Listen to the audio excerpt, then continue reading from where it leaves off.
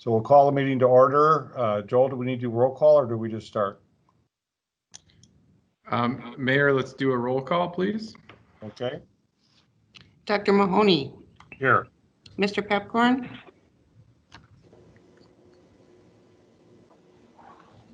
Mayor Judd. Here.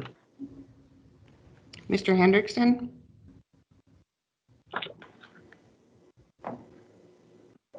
Ms. Carlson. Here. Mrs. Scherling. I'm here. Mr. Peterson. I'm here. Mr. Steen. Here. Mr. Campbell. Here. Mr. Wayland.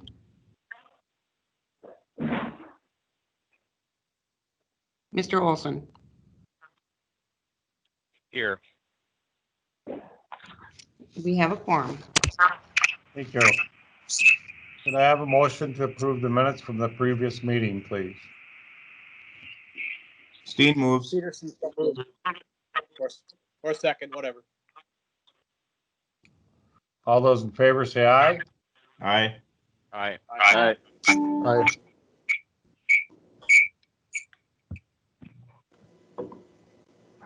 Next order of business is a motion to approve the agenda. Moved by Campbell. Second, Second. Judd.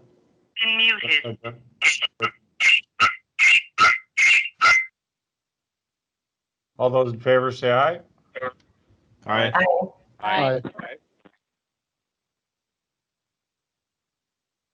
So we have a consent agenda. There's two items: financial report, which is your attachment 01, and you have the voucher approval.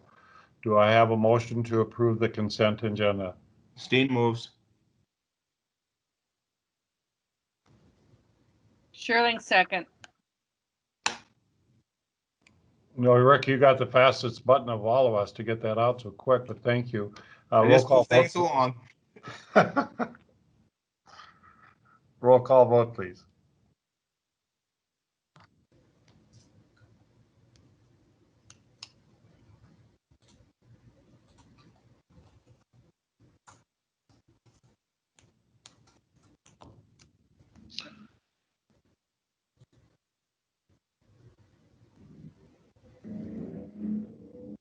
Don, roll call. Okay. Dr. Mahoney. Aye. Mayor Judd. Aye. Ms. Carlson. Yes. Mrs. Scherling. Yes. Mr. Peterson. Yes. Mr. Steen. Yes. Mr. Campbell. Yes. Mr. Olson. Yes.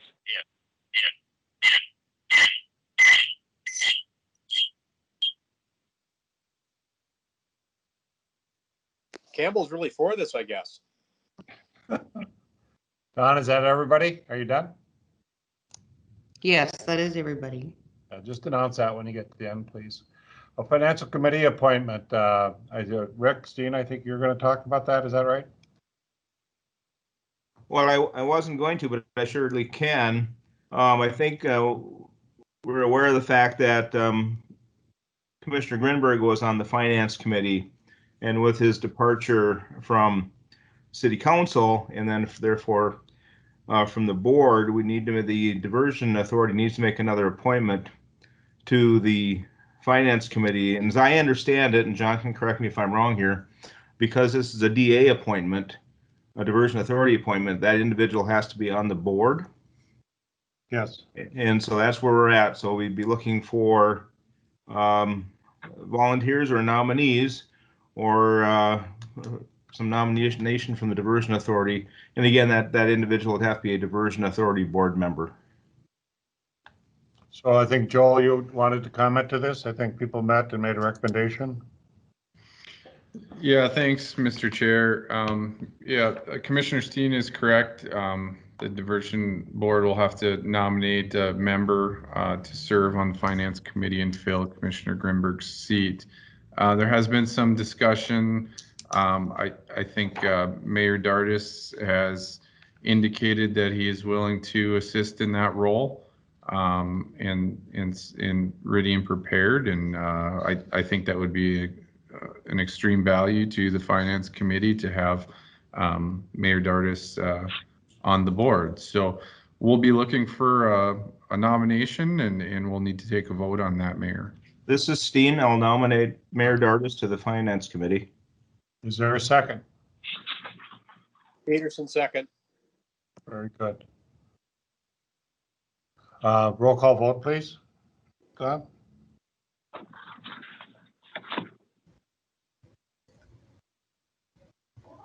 Can I please get a repeat on the second? Chad Peterson was. Thank you.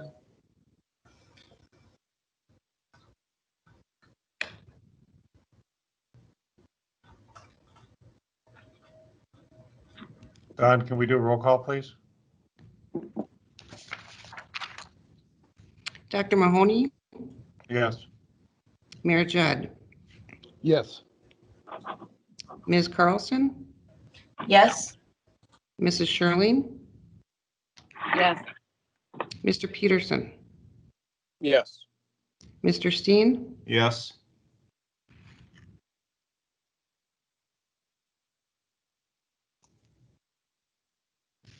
Did you receive? Mr. Campbell, Yes.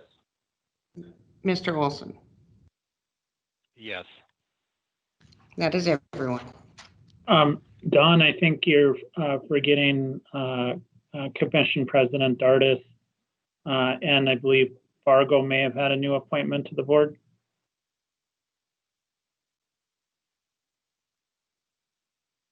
That new I'm sorry, appointment John, hasn't been made yet. John, be made this Monday, and then we'll have it. It'll probably be Commissioner Strand will go onto the board. Okay. So Don, we should be making sure to call, ask Mayor Dardis for his vote. Okay, thank you. Mayor Dardis, how do you vote? Abstain from this vote. Thank you.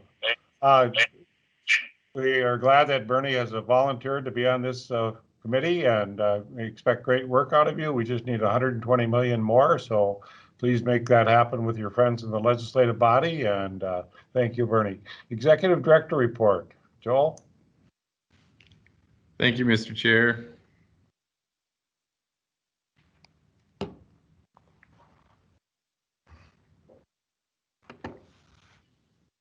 Well, it's been a busy month. As the board knows, we had the contested case hearing in the state of Minnesota for the Minnesota permit, and that took up quite a bit of time for the Diversion Authority staff and consultants. And John will do a recap of the contested case and provide some summary and schedule moving forward of events that will occur associated with that under his report. I'll also indicate a couple other, I think, pretty major things that occurred this last month. I did a presentation to the Water Topics Overview Committee on June 4th. The presentation really consisted of a construction update and a financial update for the committee. The committee was more interested in the financial update due to the concerns of COVID-19 and the drop in the oil revenues in the state of North Dakota. There's a significant pressure on the Resources Trust Fund, where the funding for the State Water Commission comes from. And so a lot of the discussions kind of hinged around the deobligation of some existing dollars sitting at the state for the large water projects in an attempt to try to balance the State Water Commission's obligations for the current biennium. So overall, the presentation went very well. It was nice to give everyone a briefing. Because it was remote, it was a little bit difficult to really engage with the committee on any additional questions. So as I had indicated before, most of it was surrounding our financial plan and our financial needs moving into the future. Another notable event happened on June 1st. The Office of the State Engineer approved our version 5 of the mitigation plan. And that version 5 really clarifies a lot of the new programs that we've introduced, such as the Prevent Plant, the Summertime Crop Insurance, the Dispute Resolution Board, and a number of others. It was a requirement of accessing the current biennium funding from the state of North Dakota, and that was the final item that we need to check off for our funding from the state. Yesterday, we met with Governor Progam and gave him an update on construction activity, program status, contested case hearing status, and overall that meeting went very well. Still very much supportive of the diversion project. I'll do I think John might touch on a P3 update here, but I'll just mention that one-on-one meetings continue. The draft 4 of the RFP will be out to the developers on June 29th. That is the last draft prior to the final draft, which will occur at the end of July. So that's moving forward. All 3 teams are engaged intently, and we have a lot of activity ongoing with one-on-one meetings with each one of those teams. And then John's team is working on quite a few MOUs and project agreements with townships, the counties, and other impacted jurisdictions. So that's taken up quite a bit of John's time, as well as the WIFIA loan closing has escalated into the September-October time period, and the contested case thrown in there. So I think John definitely deserves a thanks. He's been working quite a bit overtime the last few weeks here. So with that, Mr. Chair, that's all I have for the board today. All right, good. Thanks, Joel. Good work on the contested hearing with all the team that was there. I think Terry Williams is here. Can we have a core update at this time? Good afternoon. This is Terry Williams with the Corps of Engineers. Paul is nice enough to display our monthly update for this month. Number 1 at the diversion inlet structure, driving of H-pile and pile is going to continue into July, and we are anticipating that the first concrete pour for that structure will be mid to late July, so looking forward to that. Number 2, the Wild Rice River structure, a lot of earthwork going on.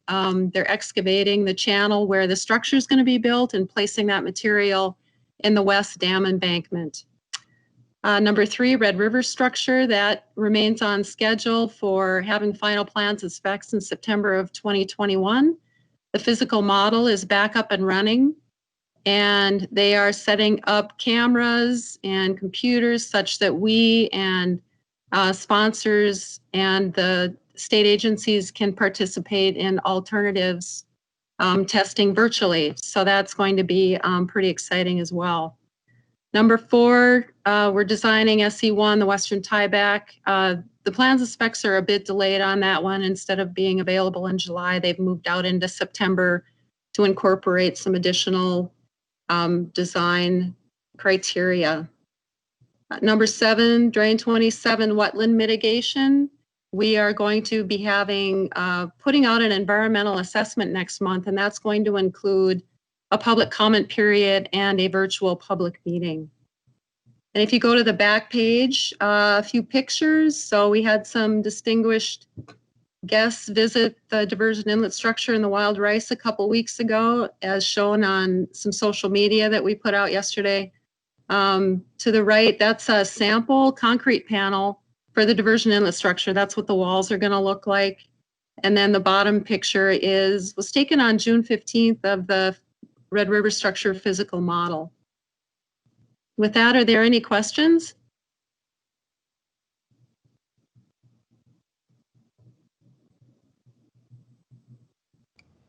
Very good.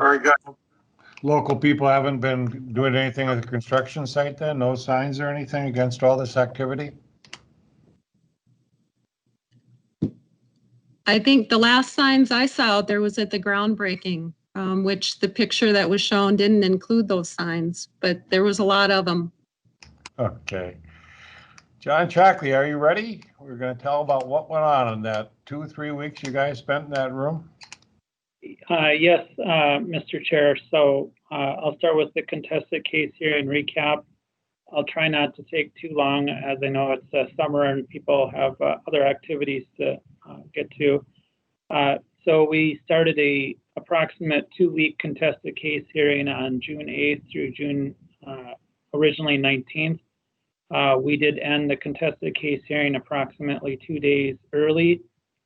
There were 4 parties involved in the contested case hearing: the Diversion Authority, Minnesota DNR, JPA, the Wilkin-Richland County JPA, and the Buffalo Red River Watershed District.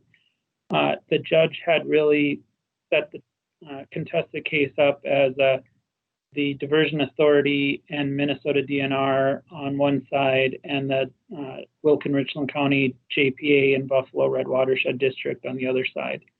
The Diversion Authority's witnesses went first during the trial, immediately following opening statements and some procedural motions.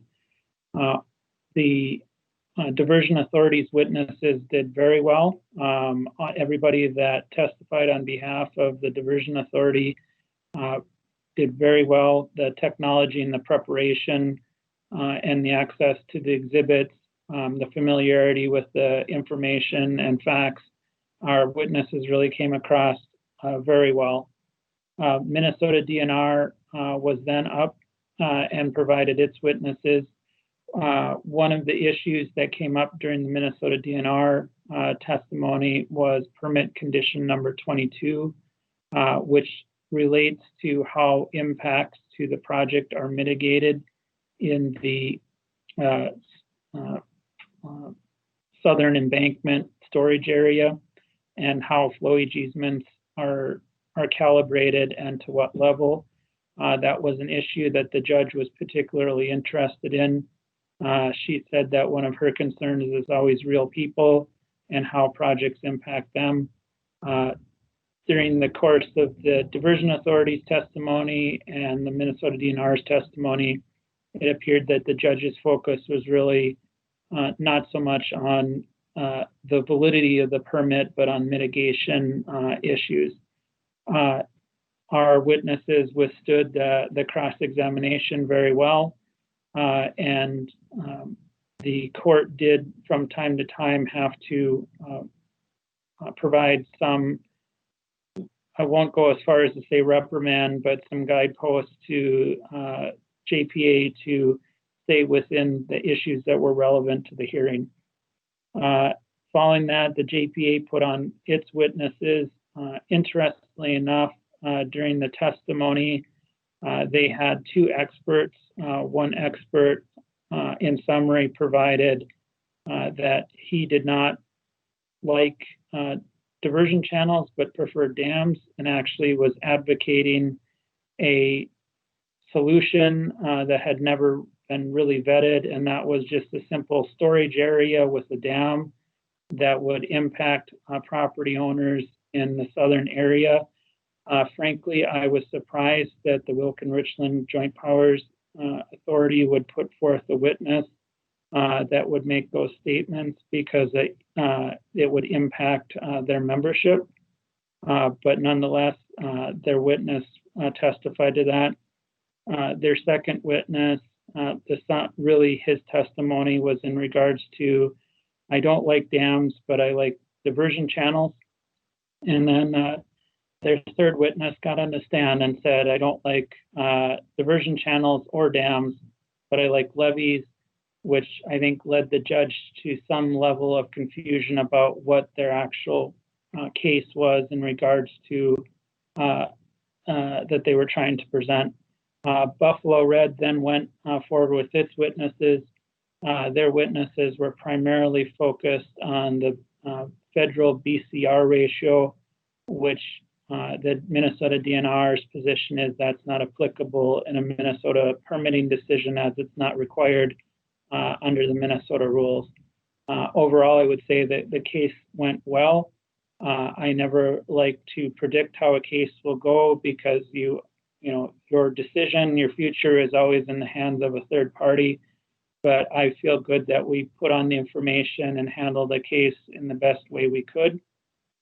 The action items coming out of that hearing are the kind of the following schedule. The administrative law judge left the case open for the parties to submit some additional information regarding impacts. The case will remain open until July 15th. And that is, the parties can either stipulate to some additional information and testimony regarding impacts or make a motion to that effect to the administrative law judge.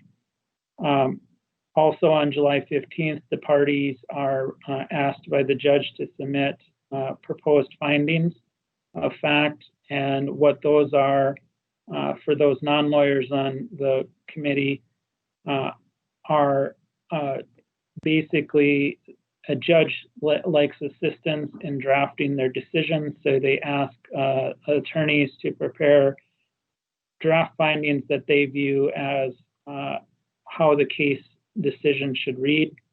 The parties will be Minnesota DNR and Diversion Authority will be submitting draft findings together, and then JPA and Wilk and Richland County and Buffalo Red Watershed District have the opportunity to submit their proposed findings together.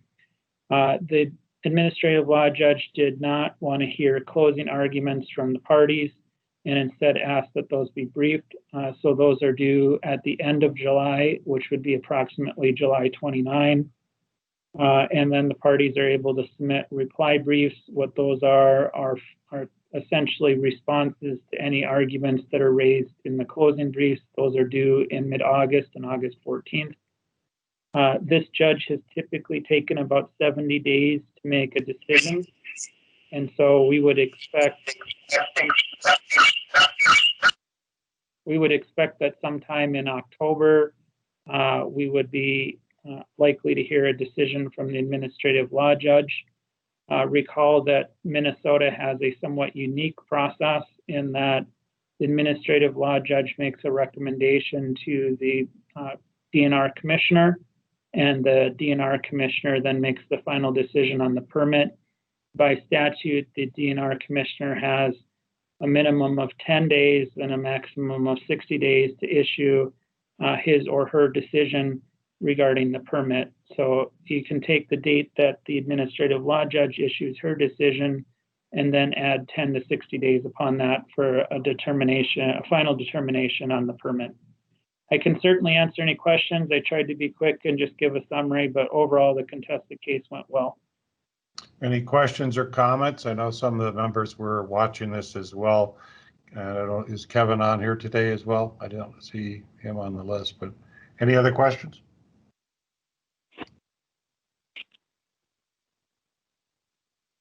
Very good. Thanks, John. Did you have anything else that you wanted to update us on?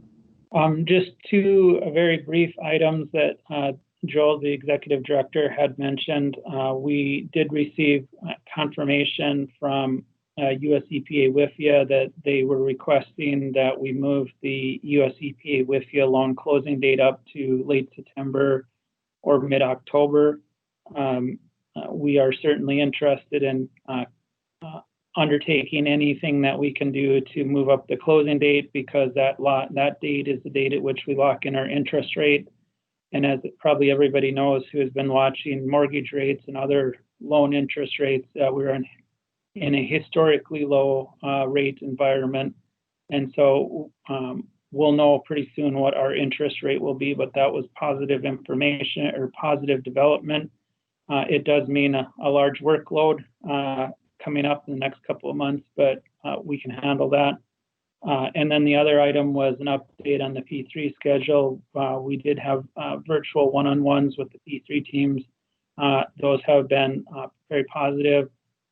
We are working on releasing the next draft RFP release to the teams coming up here shortly. I would say that we have 3 interested teams, and the P3 team has been working very diligently on staying on track and on schedule. And so I can answer any questions regarding that, but that's just very, very brief updates on those 2 items. Very good.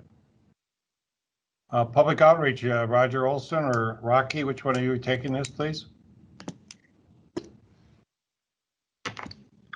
Hi, Mayor. This is I was not able to be there. This is Rodger yesterday, so either Rocky or Commissioner Steen actually chaired the meeting yesterday. So I'll turn it over to you guys.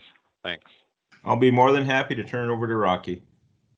all right. I do have a couple slides to share with you. Paul, do you want me to put those up, or were you going to have those up? Why don't you go ahead and put those up so you can change slides?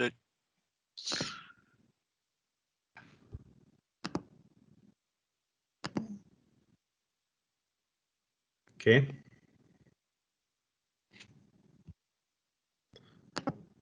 I'm not sure.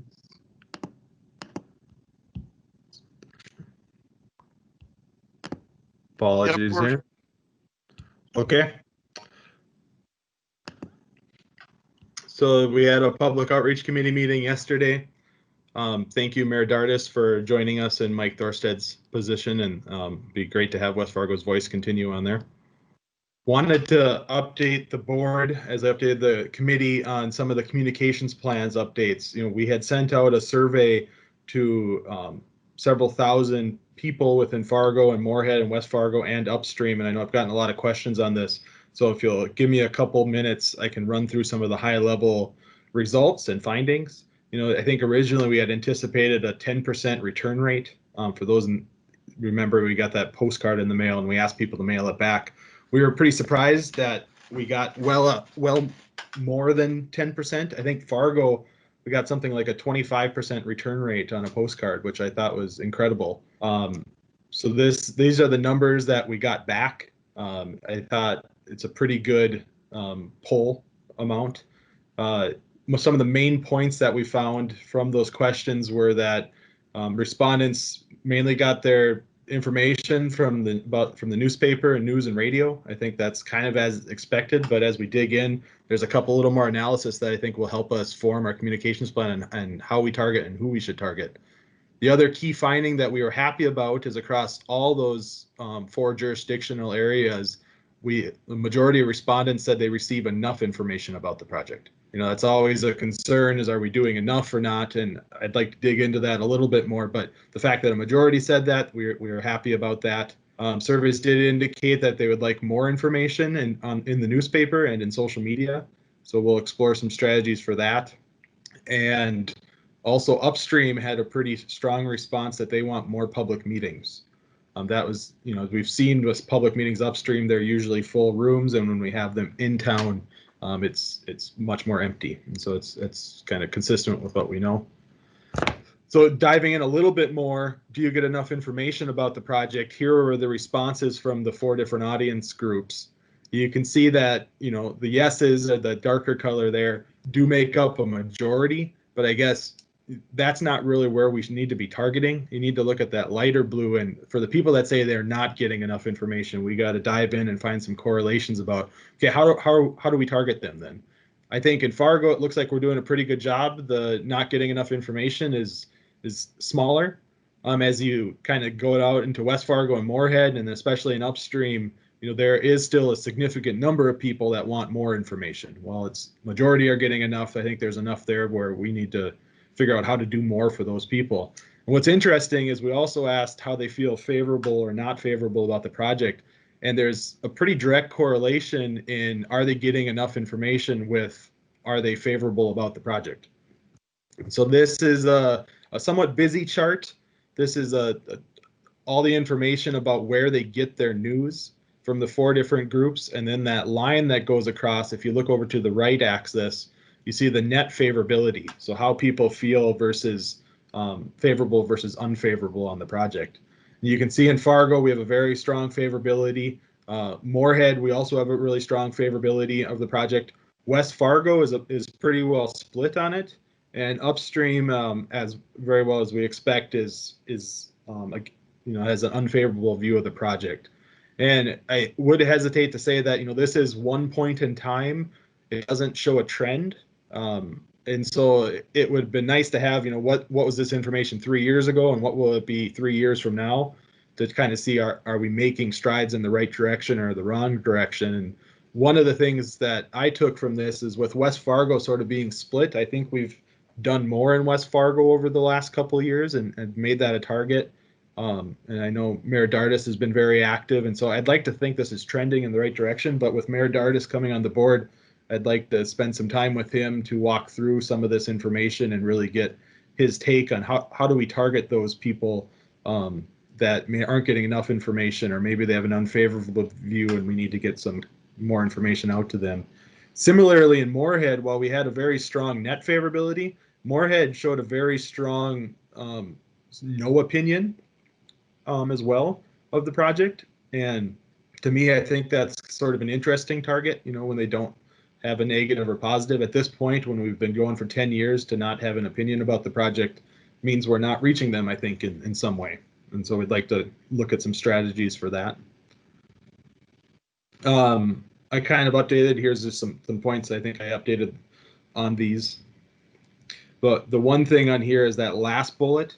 What we found is when we look at those who view the project negatively or unfavorably, as we ask them, they're more likely to receive news than the other groups from social media and word of mouth.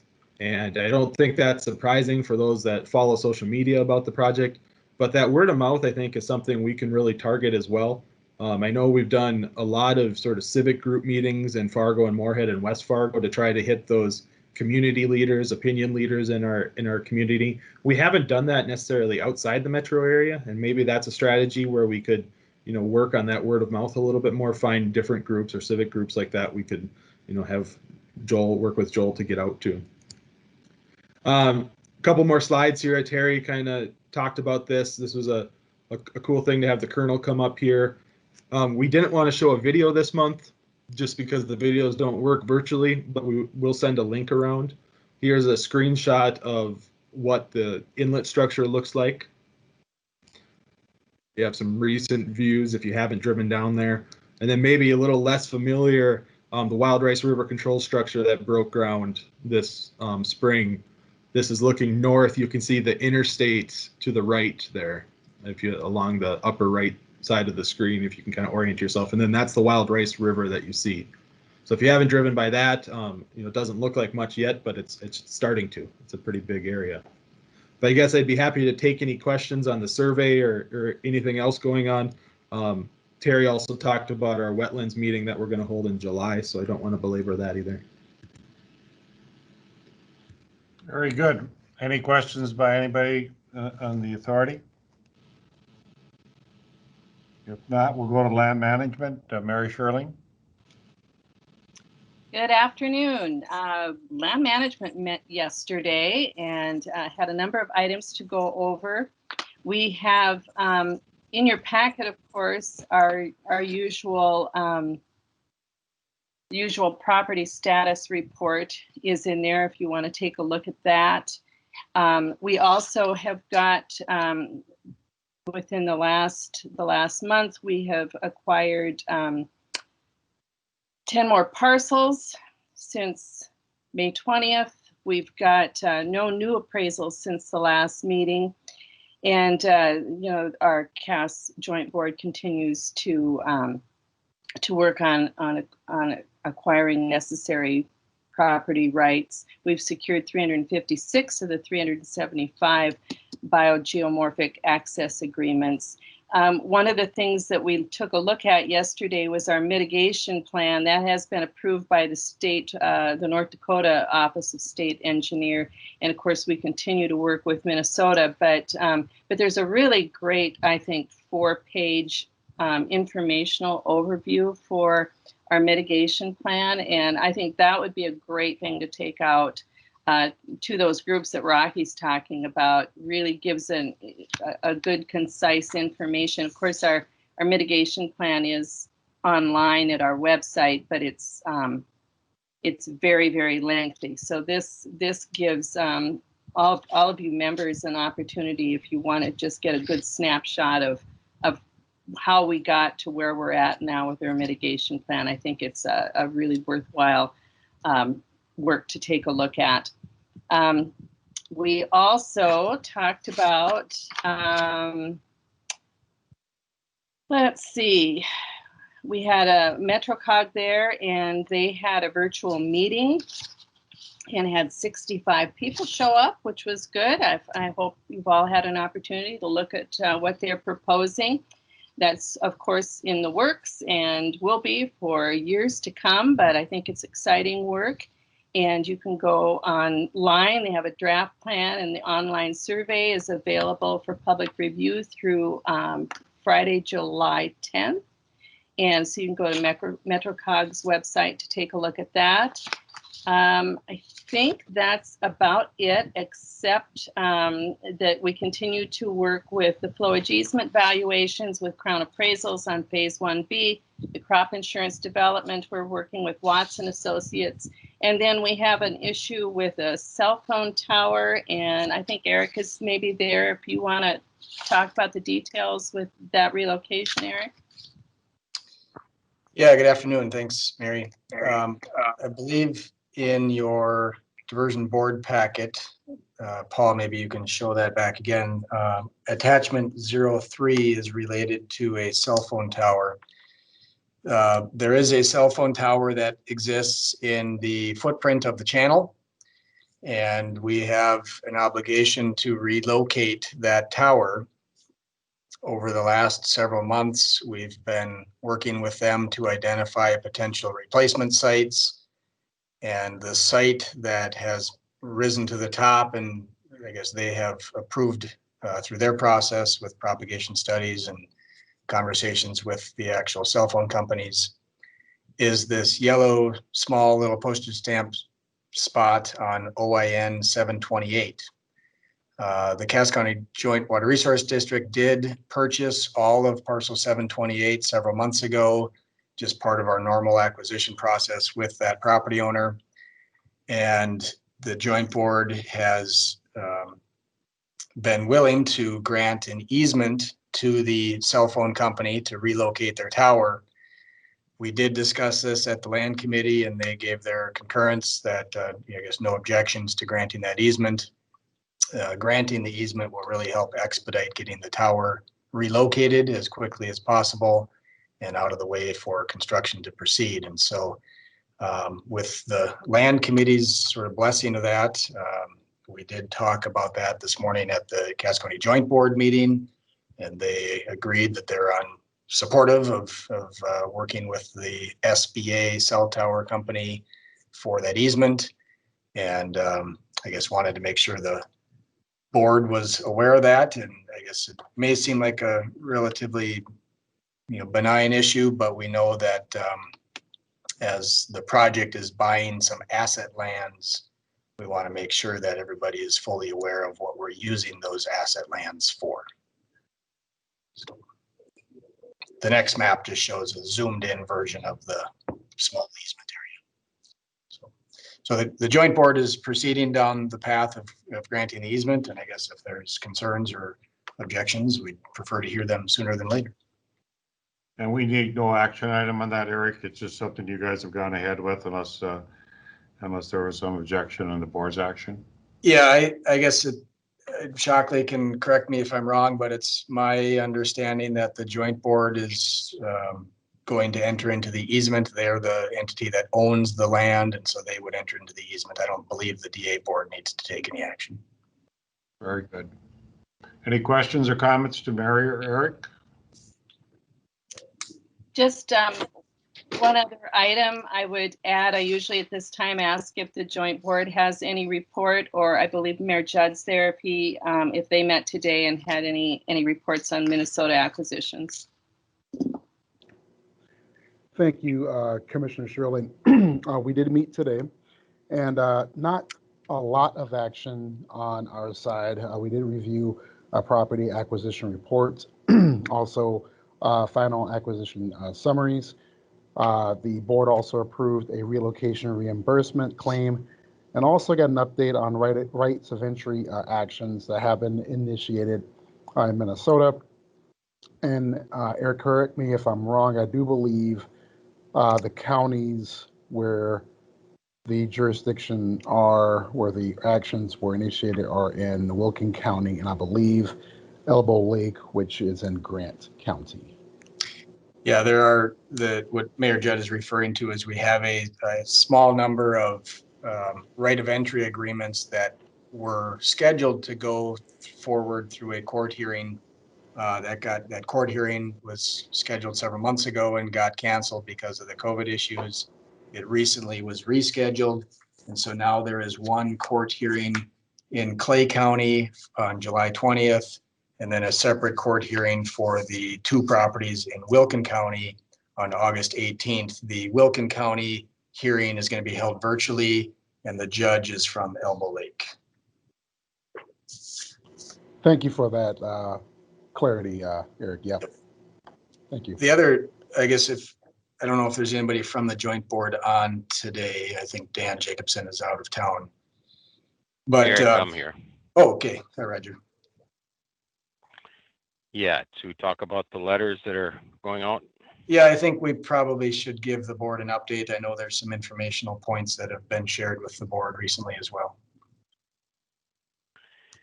Yeah, today at our meeting, Cass County Joint Board meeting, we authorized letters to go out to some property owners that we've been in negotiation for several months and even a few years. There's been, good dialogue back and forth, but we now are at a stalemate, and in most of these cases, we're a long ways apart. So we authorized a letter actually to let the Cass County Commission know that as part of the statute, these property owners have the right to be at the meeting and discuss this. And I believe there was 5 property owners that will be coming initially to the next Cass County Joint Board or Cass County Commission meeting to discuss their issues. And also we authorized a letter of 90-day eviction to let people know that they have 90 days to move from their place of residence. And we did authorize that today. And I made the statement this morning that this is difficult.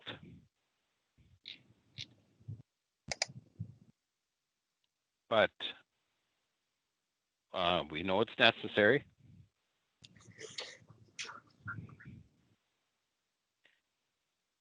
And it's part of the process.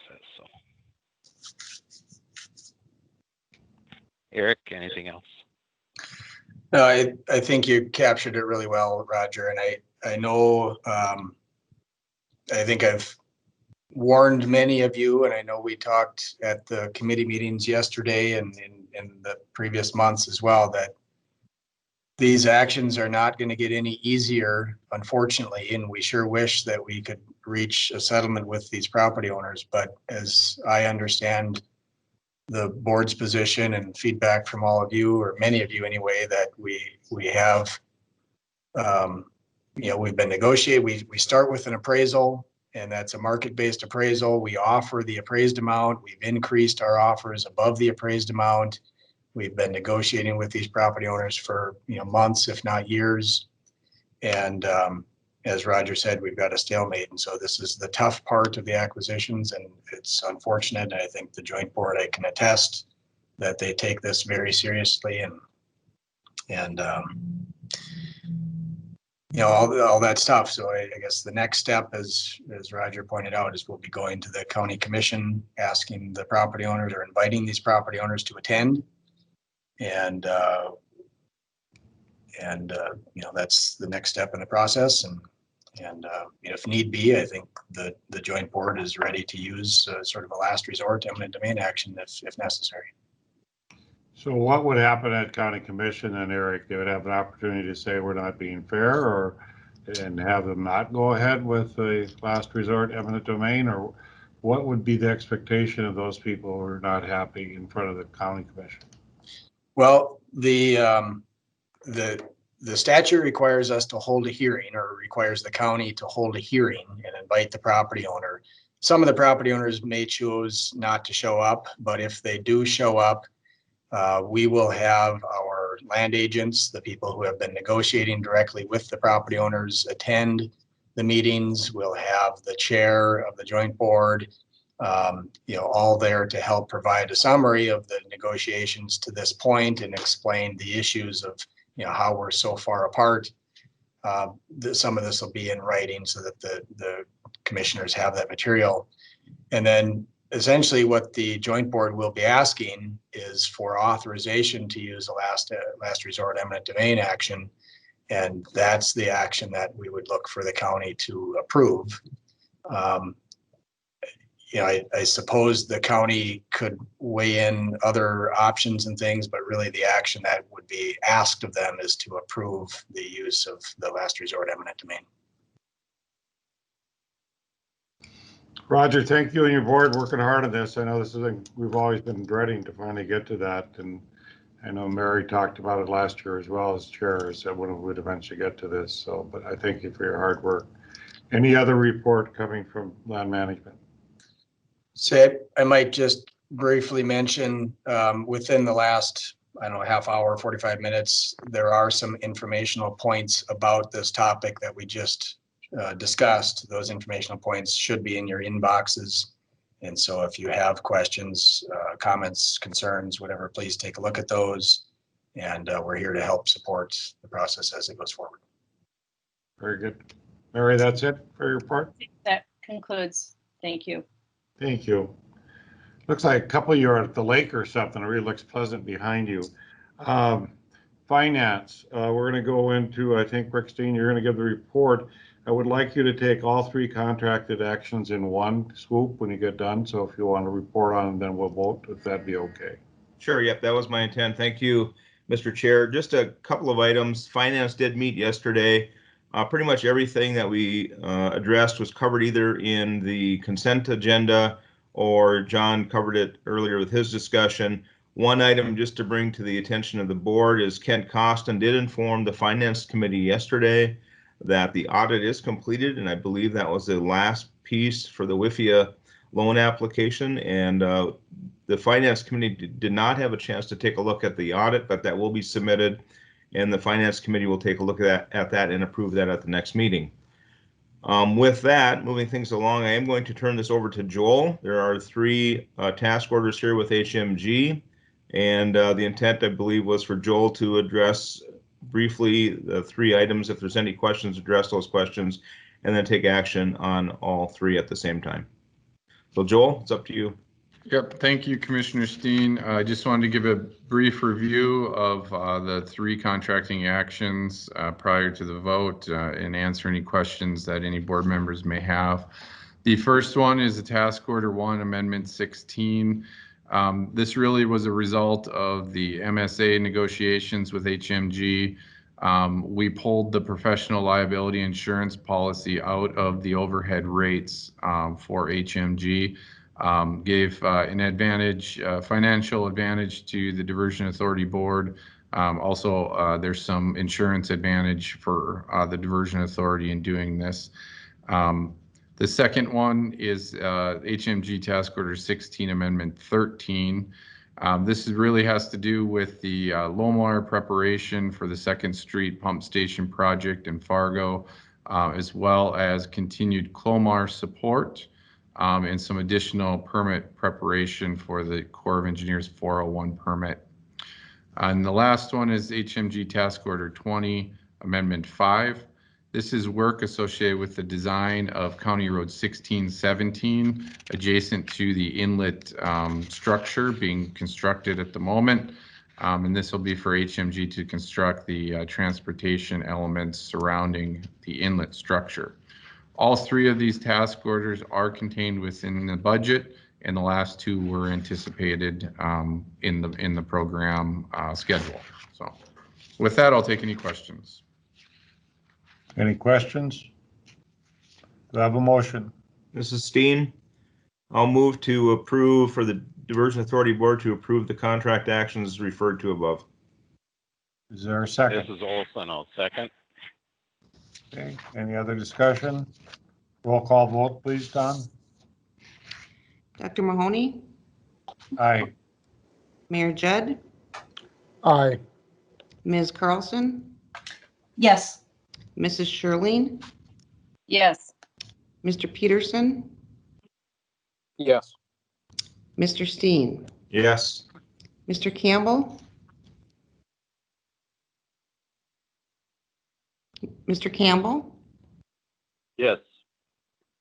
Mr. Olson, Yes. Mayor Dardis.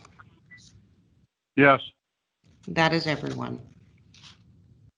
The other thing I heard about, Mr. Steen, is that Representative Schmidt said that Galen had finished his audit or gone through his reports of the Diversion Authority. And as far as Representative Schmidt was concerned, it did not seem like he was raising very many issues. I don't know, John Shockley, if you've heard from him, but he said it did not sound like he was going to say a very unfavorable report. So at least initially it sounds good, and we'll see until he gives his final report. But I don't know, Joel, if you've heard anything else on that. I have not, Chairman Mahoney. John Shockley, have you heard anything else? I have not heard anything. Okay, well, I'll try to keep my nose to the ground and find out what's going on there. I think this is all our business. We are going to meet in person next time. Mayor Judd asked, where are we going today? And I think he's at his office right now, but next month we are going to meet. The restrictions that the governor's had on public meetings has gone down. Any of you, if you're concerned about getting the COVID, can do it virtually, but otherwise we'd meet in city chambers. And we can take up to certain numbers there. And if we have too many public, we'll put them outside of the lobby area. But everybody's done good work this June. We knew we'd get to this lawsuit. I'm glad we're finally getting through that. Joel, any other business? No, Mr. Mahoney. So if we're all set, thank you for meeting today. As usual, these virtual meetings are always a little interesting, but everybody's doing great work. I appreciate it. And we'll see you next month. Bye, everyone. Thank you.